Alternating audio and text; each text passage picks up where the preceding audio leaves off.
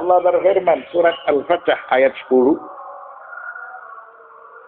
Innal ladzina yubayi'unaka innama yubayi'una Allah yadullahi fawqa aydihim faman nakasa fa innama yankusu ala nafsihi wa man awfa bima ahada alaihi Allah fasayu'tihi ajran 'azima. Innal ladzina yubayi'unaka, sesungguhnya orang-orang yang berjanji setia kepada kamu, sesungguhnya mereka berjanji setia kepada Allah. Innama yubayi'un Allah, sesungguhnya mereka berjanji setia kepada Allah. Yadullahi fawqa aydihim, tangan Allah di atas tangan mereka. Faman nakasa fa innama yankusu ala nafsihi wa man awfa bima ahada alaihi Allah fa sayu'tihi ajran 'azima. Maka bagi yang melanggar janji Allah karena dia berbaiat lalu melanggar janjinya, niscaya akibat ia melanggar janji itu akan menimpa kepada dirinya sendiri.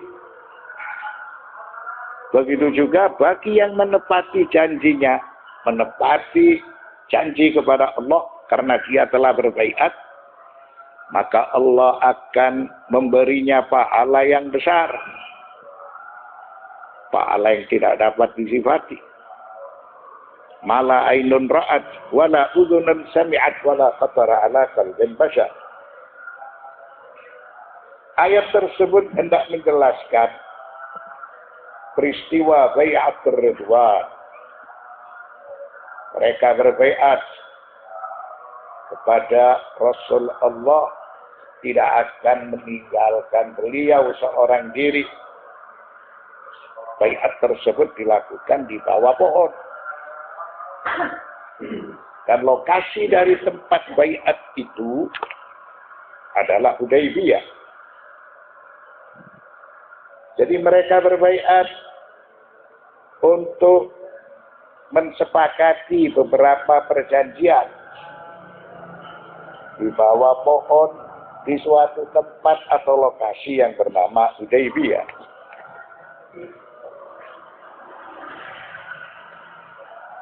Nah, maka yaqulullah ta'ala, yaqulullah ta'ala innal ladzina yubayyi'unaka innama yubayyi'una Allah yadullahi fawqa aydihim faman nakasa fa innama yankusu ala nafsihi wa man awfa bima ahada alaihi Allah wa sayu'tihi ajran 'azima. Ayat tersebut diturunkan pada tahun ke-6 dari Hijrah Nabawiyah. Ketika itu orang-orang musyrik menguasai kota Makkah, menguasai Baitullahil Haram. Pada penghujung tahun ke-6 Hijriyah, Rasulullah sallallahu alaihi wasallam beliau keluar dari Madinah bersama 1.400 orang dari para sahabatnya untuk menuju kota Mekah melakukan ibadah umrah. Lalu mereka dihadap di suatu tempat yang bernama Hudaybiyah. Padahal orang-orang Islam yang akan melakukan ibadah umrah tidak terbesit dalam benak mereka akan berperang, akan berbuat ulah atau keonaran. Mereka hanya ingin melakukan ibadah umrah. Setelah mereka sampai di suatu tempat bernama Hudaybiyah, Abu Sufyan, Aladul A'da, li nabiyina Muhammadin sallallahu alaihi wasallam, yang mengetahui akan kedatangan orang-orang Islam. Lalu Abu Sufyan mengumpulkan masyarakat Quraisy supaya bersepakat menolak kedatangan Nabi Muhammad sallallahu alaihi wasallam bersama para sahabatnya. Sekalipun mereka akan beribadah atau mereka akan melakukan ibadah umrah, tetap Abu Sufyan sebagai koordinator kepada masyarakat Quraisy untuk menolak kedatangan Nabi Muhammad sallallahu alaihi wasallam, sekalipun hanya untuk melakukan ibadah. Quraisy setelah itu mengutus bala tentara kuda yang dipelopori oleh Khalid ibn Walid. Di dalam waktu yang sama, mereka adalah para delegasi untuk bernegosiasi dengan Rasulullah sallallahu alaihi wasallam. Wal qissatu, para delegasi Quraisy meminta kepada Nabi Muhammad sallallahu alaihi wasallam supaya mengurungkan niatnya agar mereka kembali ke Madinah dan mengurungkan tujuannya melakukan ibadah umrah ke kota Makkah. Lalu Nabi Muhammad sallallahu alaihi wasallam menjawab kepada mereka bahwa kedatangan kami tidak bermaksud memerangi siapapun. Kami datang untuk berziarah ke Baitullahil Haram. Namun apabila tujuan kami dihadang, dihalang-halangi, maka kami siap akan berperang dengannya. Nah, kami bertujuan untuk melakukan umrah. Dan Baitullahil Haram itu diperuntukkan kepada semua manusia, tidak hanya dimonopoli oleh Quraisy.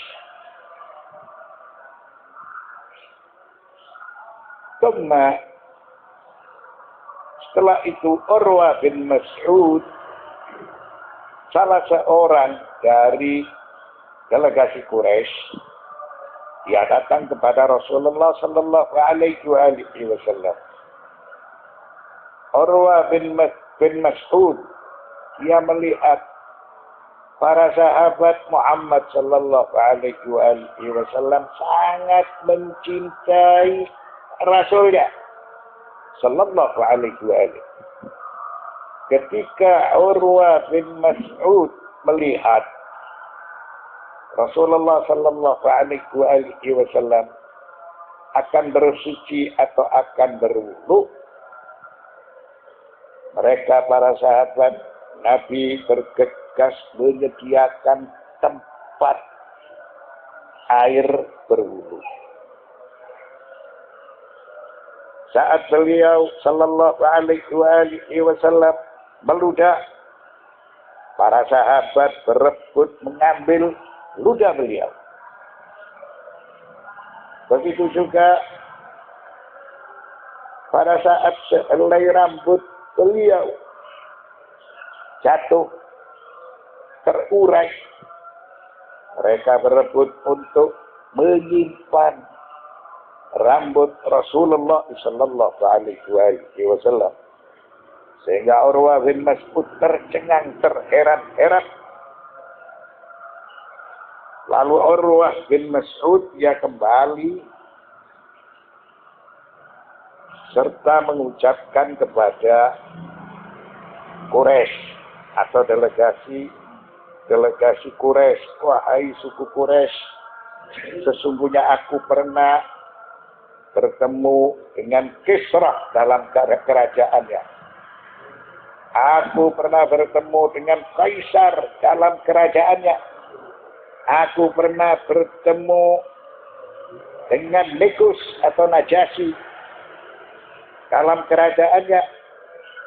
Namun aku tidak melihat perlakuan mereka kepada raja mereka masing-masing seperti apa yang dilakukan oleh para sahabat Muhammad kepada Rasulullah atau kepada diri beliau. Dan aku melihat mereka berkhidmat kepada Muhammad tidak sedikit pun merasa terbebani. Sehingga aku melihat Muhammad itu benar-benar diperlakukan sebagai seorang manusia di atas raja. Dia tidak pernah sibuk, dia tidak pernah repot. Karena semua berbakti serta berkhidmat kepada beliau. Oleh karena itu, saya berpendapat supaya kalian mengurungkan pendapat kalian berperang dengan Muhammad sebelum kekalahan itu menimpa kepada diri kalian. Nah, dalam peristiwa itu Rasulullah Sallallahu Alaihi Wasallam mengutus Utsman bin Affan sebagai delegasi Rasulullah kepada kaum Quraisy. Mengapa yang dipilih oleh Rasulullah Sallallahu Alaihi Wasallam Utsman bin Affan? Karena Utsman bin Affan memiliki hubungan kerabat dengan Abu Sufyan. Dan Rasulullah Sallallahu Alaihi Wasallam berpesan kepada Utsman untuk memberitahukan kepada mereka bahwa kedatangan kami tidak untuk berperang, tidak untuk membuat keonaran. Kami datang hanya sebagai para peziarah ke rumah Allah. Dan siapapun dibenarkan untuk melakukan umrah, untuk melakukan ziarah ke rumah tersebut. Dan kami akan menjaga kemuliaan rumah Allah serta mengagungkannya. Lalu kami datang ke rumah Allah sudah berbekal binatang ternak untuk kami sembelih. Ini sebagai suatu pertanda tujuan kami hanya murni melakukan ibadah, tidak ingin melakukan yang lain. Setelah kami melakukan tahallul, maka kami pergi. Setelah itu Utsman dia menuju ke kota Makkah. Dan Utsman menceritakan kepada masyarakat Makkah maksud kedatangan Rasulullah Sallallahu Alaihi Wasallam ke rumah Allah hanya untuk melakukan ibadah umrah. Apalagi Rasulullah bersama para sahabatnya sudah berbekal binatang ternak. Selesai melakukan ibadah, ta'allum dengan memotong binatang ternak tersebut. Jawab mereka, tidak diperbolehkan melakukan ibadah di rumah Allah selamanya.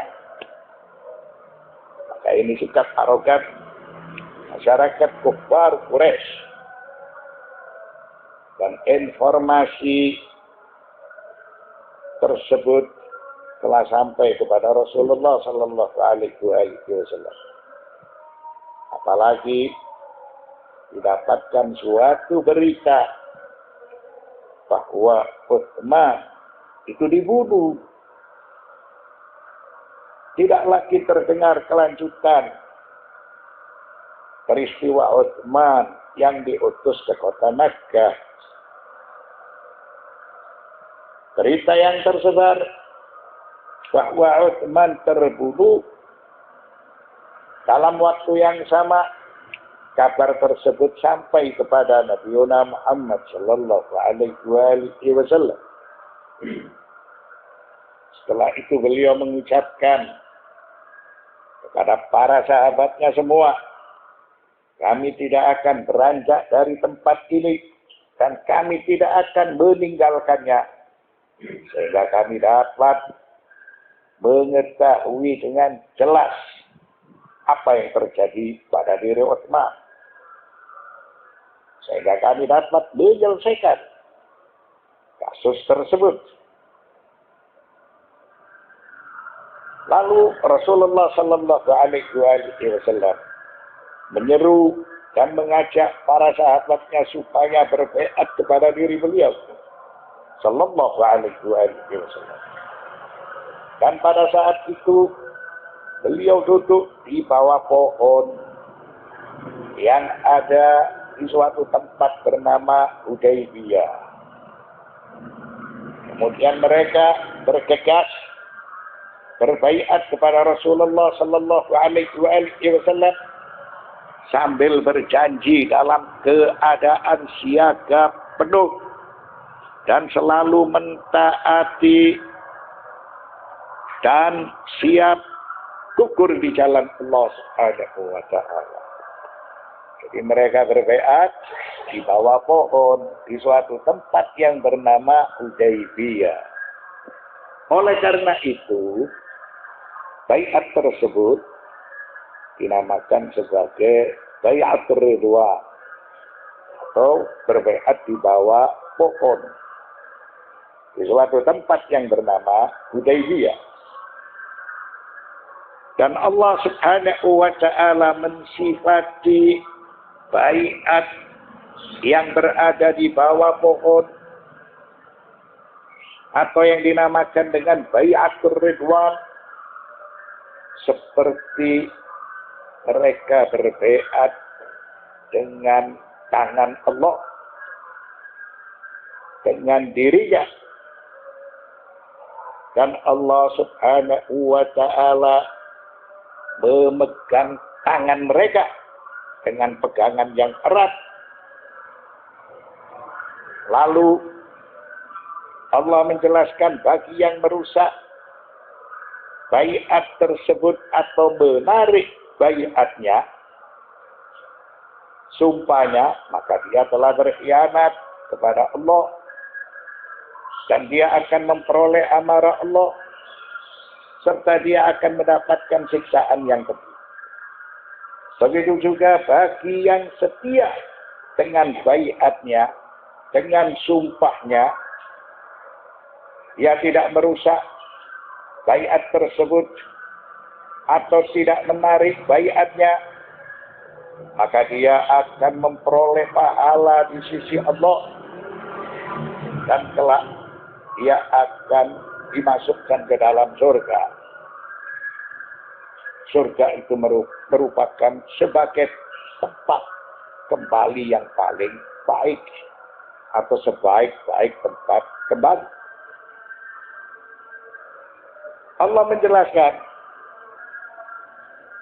peristiwa tersebut biqaulihi innal ladzina yubayyi'unaka innama yubayyi'una Allah yadullahi fawqa aydihim faman nakatha fa innama yankutu ala nafsihi wa man awfa bima aada alaihi Allahu fasayu'tihi ajran 'azima. Sesungguhnya orang-orang yang berjanji setia kepada kamu, mereka berjanji setia kepada Allah. Tangan Allah di atas tangan mereka.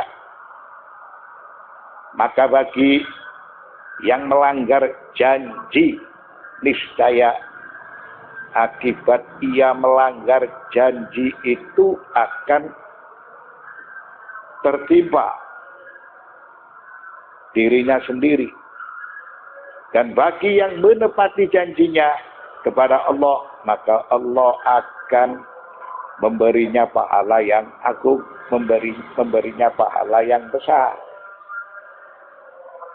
Itu terjadi ketika delegasi Rasulullah diberitakan dibunuh. Kemudian Rasulullah mengajak mereka untuk memperbaharui janji. Hendak menyelesaikan masalah ini sampai tuntas. Dan mereka tidak boleh merusak janjinya. Tidak boleh merusak sumpahnya. Bagi orang yang merusak janjinya, dia akan mendapatkan petaka. Bagi orang yang setia, maka dia dijanjikan akan mendapatkan pahala yang besar. Itu sekilas cerita tentang masalah apa yang terjadi pada penghujung tahun ke-6 Hijriah ketika beliau sallallahu alaihi wasallam bersama para sahabatnya akan melakukan umrah, lalu dicegat atau dihentikan oleh pihak lawan di suatu tempat bernama Hudaybiyah. Kemudian mereka mengadakan sulh atau melakukan beberapa perjanjian pada poin-poin tertentu. Pada tahun berikutnya Rasulullah melakukan ibadah umrah dalam keadaan nyaman, dalam keadaan aman, dan itu semua sesuai dengan janji yang telah dijanjikan oleh Allah. Baiat tersebut dikenal dengan nama Baiatur Ridwan. Dan dikenal pula dengan Baiatus Syajarah. Allah berfirman, menceritakan Baiatur Ridwan yang dilaksanakan oleh Rasulullah ketika dibaiat oleh para sahabatnya di bawah pohon.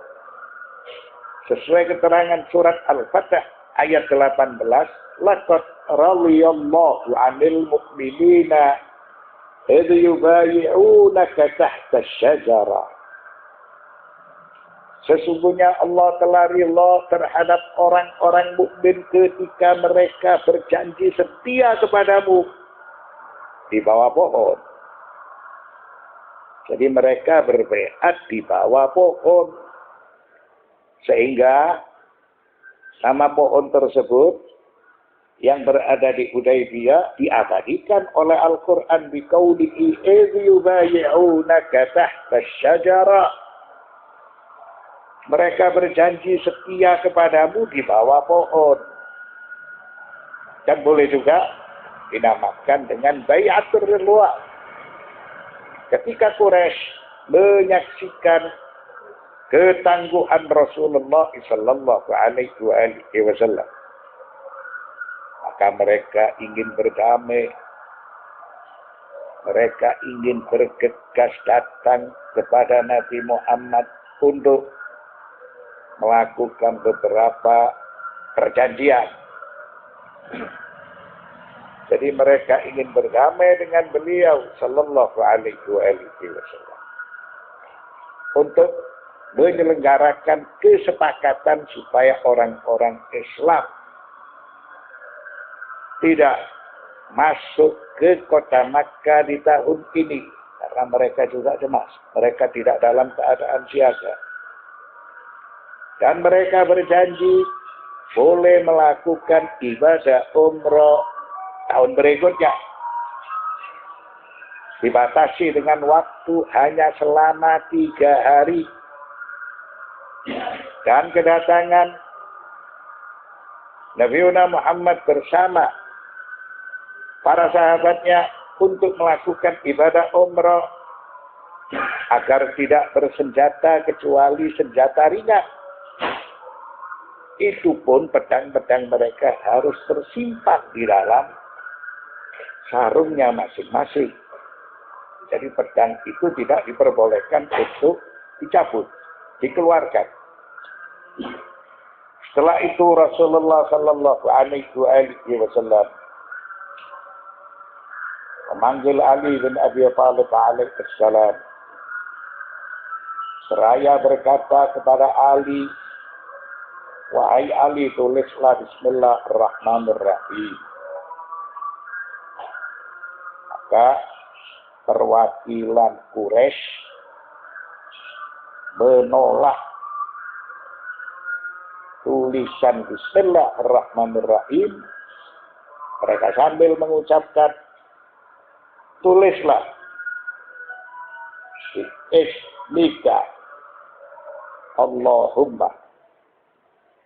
Jadi supaya kamu tidak menulis Bismillahirrahmanirrahim, tapi cukup kamu menulis Bismika, perjanjian ini dengan nama Muhammad. Lalu Nabi Muhammad Sallallahu Alaihi Wasallam menerima gagasan dari pihak Quraisy, dan Ali menulisnya. Kemudian Nabi Muhammad Sallallahu Alaihi Wasallam berkata kepada Ali, tulislah dalam nota kesepakatan ini dari Muhammad Rasulullah. Perwakilan Quraisy menolak juga sambil mengucapkan, jangan engkau tulis perjanjian ini dari Muhammad Rasulullah. Tulislah namamu dan nama orang tuamu. Muhammad bin Abdullah. Nabi Muhammad Sallallahu Alaihi Wasallam menerima, dan beliau mengucapkan kepada Ali, tulislah. Ali mulai merasa geram. Setelah itu Nabi Muhammad Sallallahu Alaihi Wasallam berkata kepada Ali atau berpesan kepada Ali, engkau kelak akan diperlakukan dengan cara yang sama, wahai Ali. Karena engkau dalam keadaan tertekan. Engkau dalam keadaan tidak berdaya.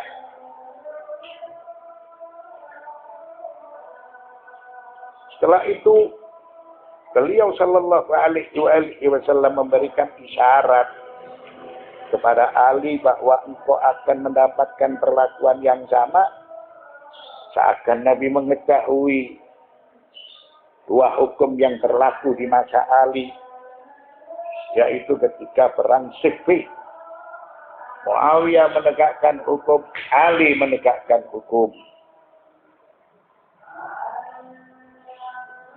Maka ilmu ghaib yang diperoleh oleh Rasulullah Sallallahu Alaihi Wasallam bahwa Ali nanti pada suatu saat tertekan, teraniaya, dan Ali dalam keadaan terpaksa harus menerima perjanjian ketika perang Siffin. Muawiyah memiliki hukum, begitu juga Ali memiliki hukum, dan Ali harus menerima karena Ali dalam kondisi keadaan terpaksa. Ilmu ghaib tersebut merupakan wahyu yang diberikan oleh Allah Subhanahu wa Ta'ala kepada Nabi Muhammad Sallallahu Alaihi Wasallam. Dan ini juga merupakan bukti atas kenabian Muhammad Sallallahu Alaihi Wasallam ilmu ghaib, dan sebagai bukti atas kebenaran risalah beliau, bahwa beliau itu mengetahui sesuai wahyu yang telah diberikan oleh Allah, sehingga beliau dapat memaparkan segala sesuatu yang akan terjadi. Bahkan yang lebih jauh dari itu, beliau bisa menceritakan tentang masalah barzakh, mahsyar, jaza, surat, surga, dan neraka. Itu sebagai ilmu ghaibat yang diwahyukan oleh Allah kepada Nabi Muhammad Sallallahu Alaihi Wasallam. Setelah dua golongan mencapai kesepakatan untuk membuat nota perjanjian, Nabi Muhammad Sallallahu Alaihi Wasallam dan para sahabatnya melakukan tahallul untuk melepas pakaian ihram dengan menyembelih binatang ternak sebagai pertanda bahwa mereka dalam keadaan tahallul. Telah dihalalkan baginya apa-apa yang diharamkan saat seseorang dalam keadaan berihram. Dan beliau mencukur rambut kepala begitu juga para sahabatnya. Setelah itu menetap beberapa hari di Hudaybiyah, kemudian mereka kembali ke kota Madinah. Alhasil, pada tahun berikutnya, Nabi Muhammad sallallahu alaihi wasallam bersama para sahabatnya melakukan umrah Baitillahil Haram di kota Makkah. Ketika mereka tiba di sana, beliau dan para sahabatnya hanya disibukkan dengan bertahlil, bertasbih dan bertakbir, sambil mengucapkan La ilaha illallah wahdah anjaza wa'dah wa nasara abdah wa a'azza jundah wa azamal ahzaba wahdah. Artinya tiada Tuhan yang wajib disembah kecuali Allah. Dia adalah zat penolong hambanya. Dia yang memenangkan bala tentaranya. Dan dia yang mengalahkan semua lawan-lawannya. Setelah itu beliau menetap di kota Makkah selama 3 hari. Setelah selesai melakukan ibadah umrah, mereka juga bertemu dengan sanak kerabatnya yang berada di kota Makkah. Dan beliau tidak akan membuat keonaran serta kerusuhan sambil melakukan tawaf dan menyembelih binatang ternak sebagai pertanda ibadah umrah itu diakhiri oleh mereka. Nah, umrah tersebut dinamakan dengan Umratul Qadha. Mengapa dinamakan Umratul Qadha? Sebagai ganti dari umrah yang dicegah oleh kufar Quraisy ketika akan melakukan ibadah umrah pada tahun ke-6 Hijriah. Orang-orang Islam yang dipelopori oleh Nabi Muhammad sallallahu alaihi wasallam dihentikan oleh kufar Quraisy, dicegah tidak boleh melakukan ibadah umrah. Setelah itu pada tahun berikutnya, beliau melakukan ibadah umrah selama 3 hari. Umrah pada tahun ke-7 Hijriah itu dinamakan sebagai Umratul Qadha. Allah Subhanahu wa ta'ala berfirman, surat Al-Fatah ayat 27. Laqad sadaqallahu rasulahu ar-ru'ya bil haqq la tadkhulunnal masjidal harama insyaallah muhallikina ru'usakum wa muqassirina la takhafu. Pada tahun ke-6 Hijriah beliau melakukan ibadah umrah bersama para sahabatnya karena Allah menurunkan firman laqad sadaqallahu rasulahu ar-ru'ya bil haqq la tadkhulunnal masjidal haram insyaallah ila akhirih. Lalu dicegah. Kemudian pada tahun ke-7 mereka dibenarkan untuk melakukan ibadah umrah walaupun dengan nama Umratul Qadha. Ini membuktikan bahwa mimpi Rasulullah sallallahu alaihi wasallam itu benar. Karena mimpi seorang nabi itu sama dengan wahyu yang telah diturunkan oleh Allah Subhanahu wa taala. Laqad sadaqallahu rasulahu ar-ru'ya bil haqq. Sesungguhnya Allah akan membuktikan kepada Rasulnya tentang kebenaran mimpinya dengan sebenarnya. La tadkhulunnal masjidal harama insyaallahu muhallikina ru'usakum wa muqassirina la takhafun, yaitu sesungguhnya kamu pasti akan memasuki Masjidil Haram insyaallah. Pada tahun ke-6 dihadang, tapi tetap ketentuan Allah itu berlaku. Beliau melakukan umrah pada tahun ke-7 dalam keadaan aman, dengan mencukur rambut kepala serta mengguntingnya, sedang kamu tidak merasa takut. Pada tahun ke-7 melakukan umrah, benar-benar ibadah umrah tanpa ada suatu hambatan dan tanpa ada suatu gangguan.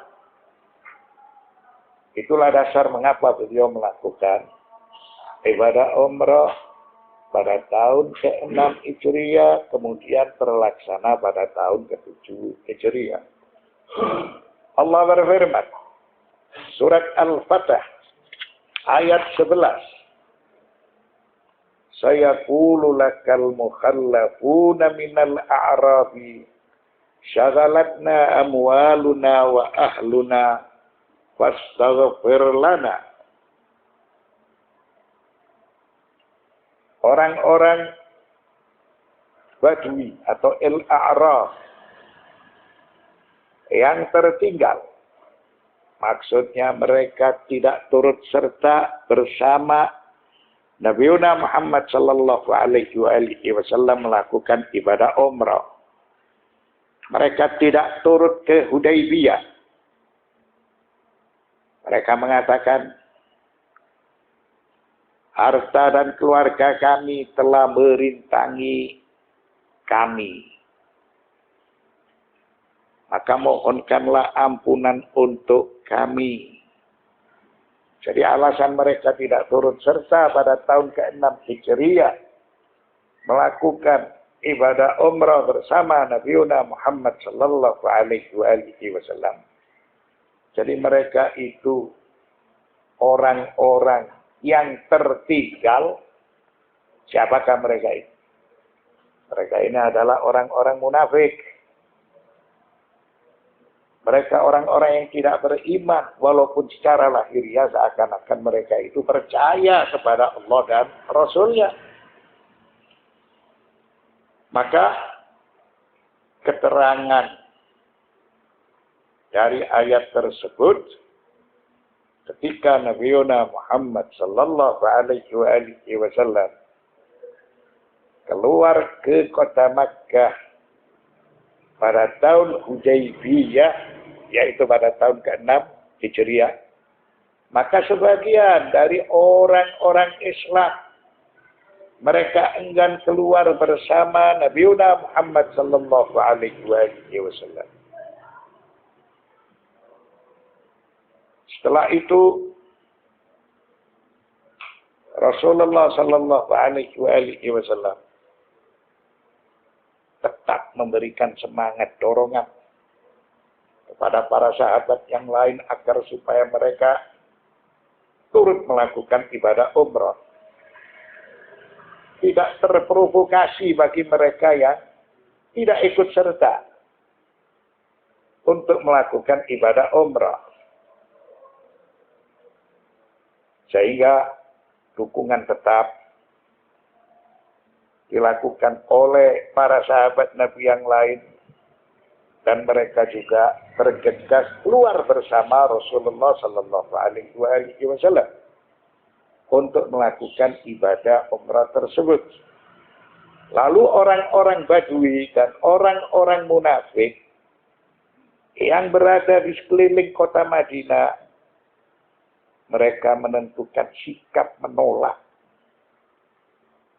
tidak ikut serta bersama Rasulullah sallallahu alaihi wasallam. Karena mereka cemas, mereka takut, mereka khawatir bahwa kaum Quraisy tidak akan tinggal diam. Kaum Quraisy tidak akan meninggalkan mereka. Mereka pasti diperangi. Dan mereka akan dikalahkan oleh kaum Quraisy. Dan mereka ragu bahwa Nabi Muhammad sallallahu alaihi wasallam akan bisa selamat. Setelah itu Nabi Muhammad sallallahu alaihi wasallam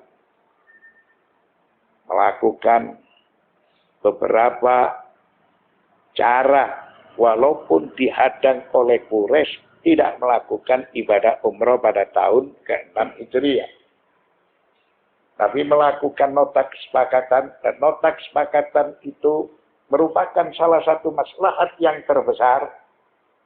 Sehingga beliau dijanjikan masuk ke kota Makkah, dan beliau dijanjikan untuk memperoleh kemenangan demi kemenangan setelah beliau menaklukkan kota Makkah.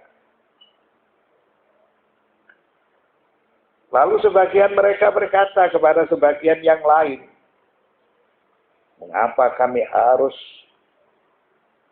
menerjang amarah bahaya apabila kami turut serta bersama Muhammad untuk melakukan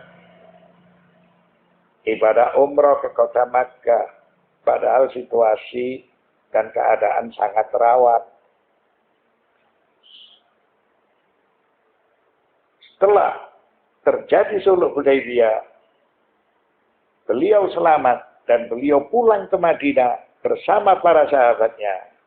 Allah Subhanahu wa Ta'ala memberikan keterangan, penjelasan kepada Nabi Muhammad sallallahu alaihi wasallam, yaitu sebagai berikut: apabila kamu kembali ke kota Madinah, wahai Nabi Muhammad, maka orang-orang yang tertinggal di Madinah dan orang-orang yang meninggalkanmu tidak turut serta ke Hudaybiyah akan beralasan dengan berbagai macam alasan, di antaranya harta dan keluarga mereka itu merintangi keluar bersama dirimu. Setelah itu pasti mereka akan memohon maaf atau ampunan kepadamu. Namun itu semua sebagai kebohongan belaka. Dan itu merupakan sifat kemunafikan mereka. Agar kamu waspada kepada mereka. Lalu mereka meminta supaya kamu berdoa kepada Allah agar Allah memaafkan. Dan Allah tetap meridhai mereka dari apa-apa yang sudah berlalu. Seakan mereka menyesal tidak turut serta bersama Rasulullah sallallahu alaihi wasallam ke Hudaybiyah. Akan tetapi Nabi Muhammad sallallahu alaihi wasallam selalu dibimbing oleh wahyu. Allah berfirman, wa yaquluna bi alsinatihim ma laysa fi qulubihim.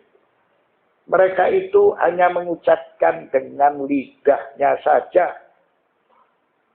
Dan apa yang ada di dalam hatinya itu tidak sama. Mereka mengucapkan dengan lidahnya apa yang tidak ada dalam hatinya.